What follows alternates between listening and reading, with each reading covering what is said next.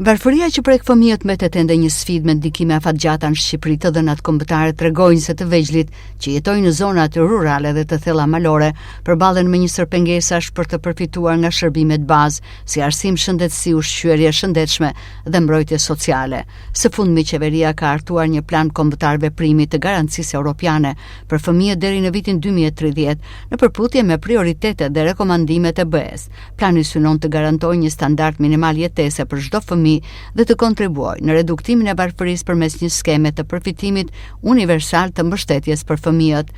Mbështetje të drejtë dhe gjithëpërfshirëse për fëmijët me aftësi të kufizuar dhe ndihmësit personal përmes përmirësimit të përfitimeve financiare, shtrirjes së mbulimit me sigurime shoqërore për ndihmësit personal, pajisjes së qendrave me teknologji ndihmëse dhe forcimit të mekanizmave të vlerësimit dhe referimit.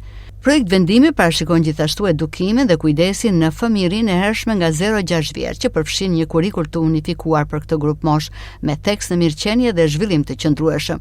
Për të rritur përfshirjen sidomos për grup moshën 0-3 vjeç, do të zbatohen masa për të shtuar vendet në çerdhe dhe kopshte, fushata informimi për familjet dhe mbështetje për regjistrim.